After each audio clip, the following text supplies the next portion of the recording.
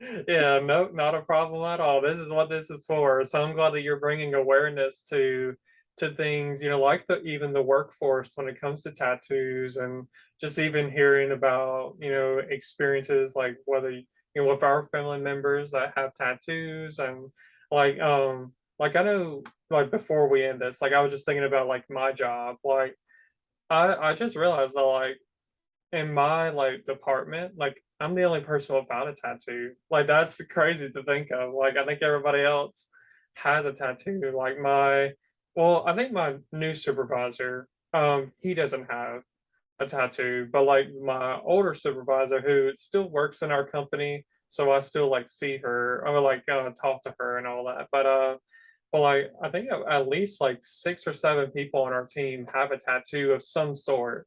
So I am glad that like our company doesn't really look down on tattoos. I think maybe as long as it's not like offensive, or I don't know, like if it's not too distracting, maybe like I think maybe they would suggest you to like cover it up, but I don't think they would fire you for it. So I'm glad that there's at least some progress out of that, but there definitely needs to be a lot more, just all in general when it comes to companies and just hiring people based off the way they look. Like that's kind of bizarre. Yeah, I have a coworker, just one coworker who has. I think there's only one of us that has tattoos, and she's got several, but like all of her tattoos have meaning. Like she doesn't, like she's got the breast cancer ribbon on one wrist. She's got an anchor. I think it's an anchor. Yeah, an anchor on her foot, and it's kind of like what I was talking about. Jesus is our anchor. She's got her son's name on her back, which is really a beautiful tattoo. Like I love that tattoo. Um, she's got another one. I can't remember. She's got like four or five, but like every single one of them have meaning. Like the breast cancer one, I think it was her mother-in-law. I think it was her mother-in-law. Don't quote me for sure. I think it was had she had survived breast cancer. Um, and so like I would talk to her and I'm like, I would love a tattoo. And she's like, oh, you should get like she is so encouraging about getting tattoos because she knows that there's so many people that are not, especially in the Christian faith. But like, there's not a single coworker I have that like she was hired with those tattoos. Like she, told my boss before she was hired, I have tattoos that are visible. Like she had a job at a bank, and when she got the tattoo on her wrist, they told her she was gonna have to cover that up with a band-aid. And she was like, I'm not about to sit here and look like because she knows people who have cut themselves before. And she was like, I don't want to draw that kind of attention to myself because I know people who really struggle with that. And that to her was being offensive toward them and was not taking into consideration people who actually do struggle with that. She was like, I'm not doing that. So she ended up, I don't know if she quit or if she lost her job. I think she ended up quitting that place. I don't think that she lost her job. But when she comes to the pharmacy to work, she was like, I have tattoos. And I think our boss was like, it's not going to keep you from doing your job, is it? Like, so but yeah, she's always really encouraging. Like my pharmacist Amanda, like I've made comments about me getting them. The very first time I ever said I wanted one, she was like, "You want one?" And I was like, "Yeah, I would love one." She's like, "It just scares me that it would hurt too bad." I'm like, I don't think it would hurt too bad. It's just I would.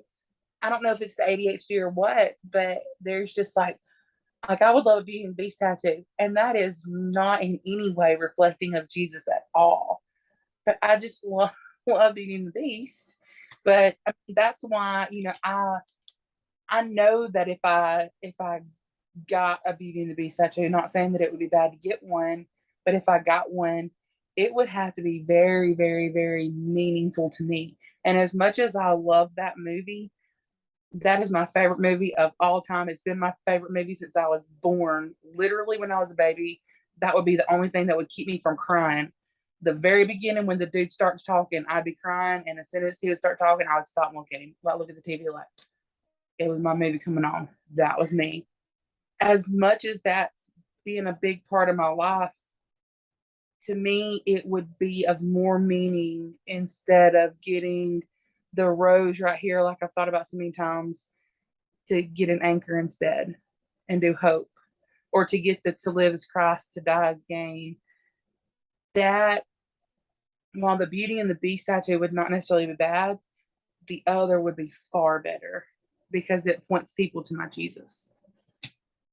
Yeah, amen to that. Like, so I think, yeah, like if you're gonna get a tattoo, I think it would be amazing to, like, so yeah, like you said, have a meaning and a purpose behind that tattoo, and like, so yeah, like you said, lead people to Jesus, and like you said, even though it would be cool, like I said, that I can picture the look of like Beauty and the Beast tattoo. That would be awesome, and like you said, but at the same time, you want it to have like a big meaning and a big purpose behind it too. So I could definitely understand that. So, listen, and I'm speaking of your coworker that has like the breast cancer ribbon, possibly, that I was kind of thinking of doing the same thing, but like for colon cancer, just because my mom has gone through that. Like I thought that that would be like a cool thing to do, but like I said, just at the same time, just still, I think it's just I guess the fear in a way of like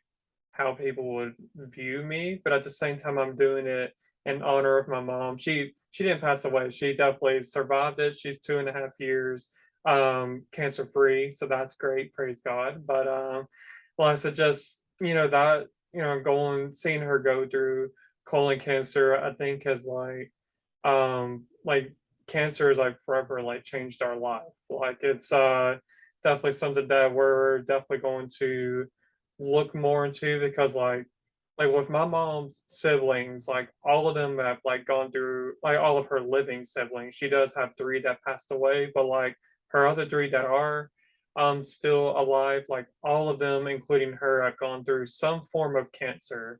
And it's all been in the lower kind of range. Like my aunt went through ovarian, my mom went through colon cancer, one of my uncles has gone through bladder cancer, and then another uncle was going through prostate cancer. So it's just let's just knowing that I guess a lot of it boils down to genetics. So like I said, we definitely have learned in the past few years just to take that more seriously, and less I'm definitely would love to have like the blue ribbon just because like I said, I think it just symbolizes that not everybody dies from cancer. Unfortunately, people still do die from cancer, but just I guess for me, I guess my message would be to to give hope to people that like she's still here, she overcame it.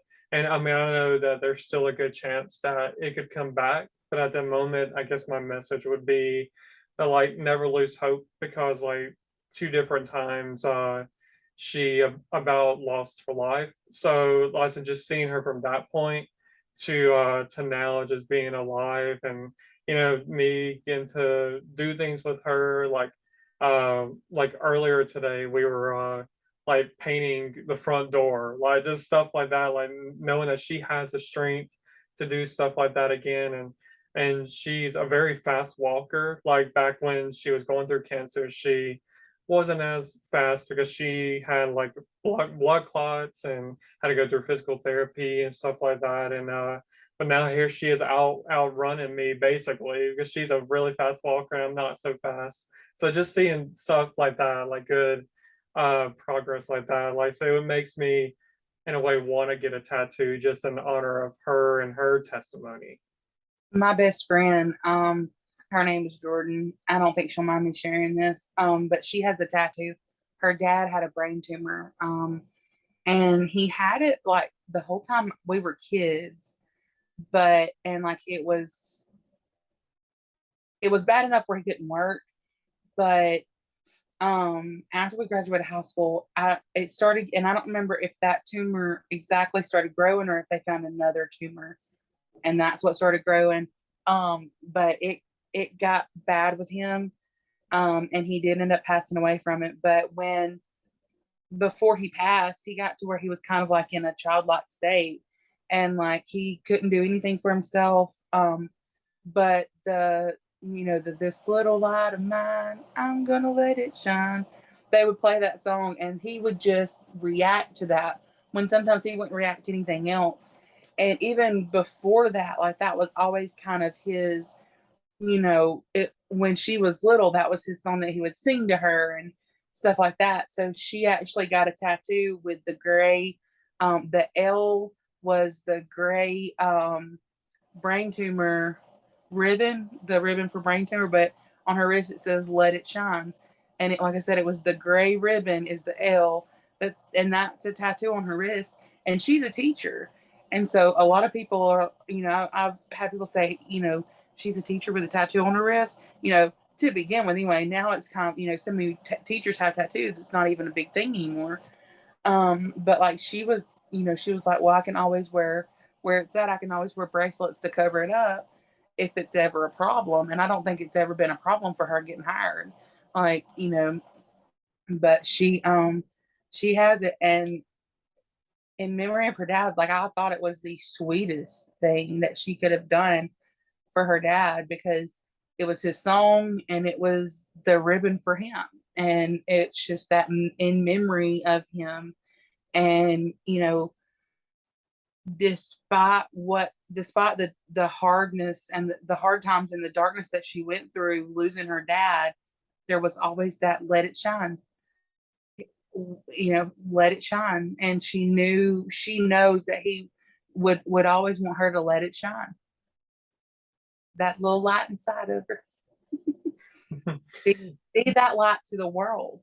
And that's a good way to, I mean, not even it's a good way to give people hope. Even if you're not talking about Jesus, you can still give people hope in this dark world. And that's that reminder to her is be a hope, be compassion, be love, be a light. Even if even if you're not being the light of Jesus, which she believes in Jesus, but even if you're not being the light of Jesus, you don't have to shove Jesus down somebody's throat. You can just encourage them and love them, make a difference. You can so easily make a difference just by caring. And that's what her dad was one of the most caring and the most crazy people ever. He was awesome. He was like a dad to me. Love Mr. Glove.